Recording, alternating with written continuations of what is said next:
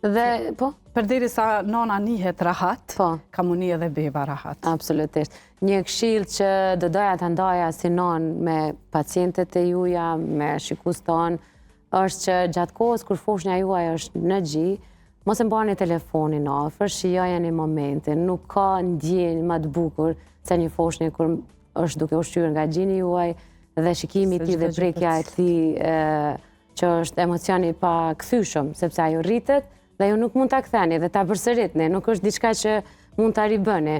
Dhe telefonin mund ta ribëni 24/7, por jo gjithonjen.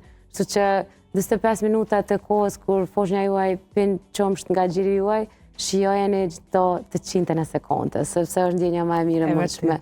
Dhe këta e kam bën ndoshta gabimisht me fëmijën e parë në fillimet e mia, se kam menduar që po kalon koha, por jam shumë pishman dhe me fëmijën e dytë asnjëherë s'e kam bë, sepse është një prej kohëve më të çmueshme që zë e ndaja as me telefon, as me askën tjetër.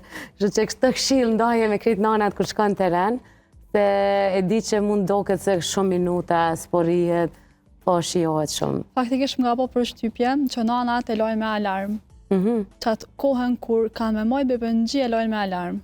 Okej, 25 minuta. 25 minuta e lojnë me alarm, edhe qatë që më bojnë. E këta se këm ditë.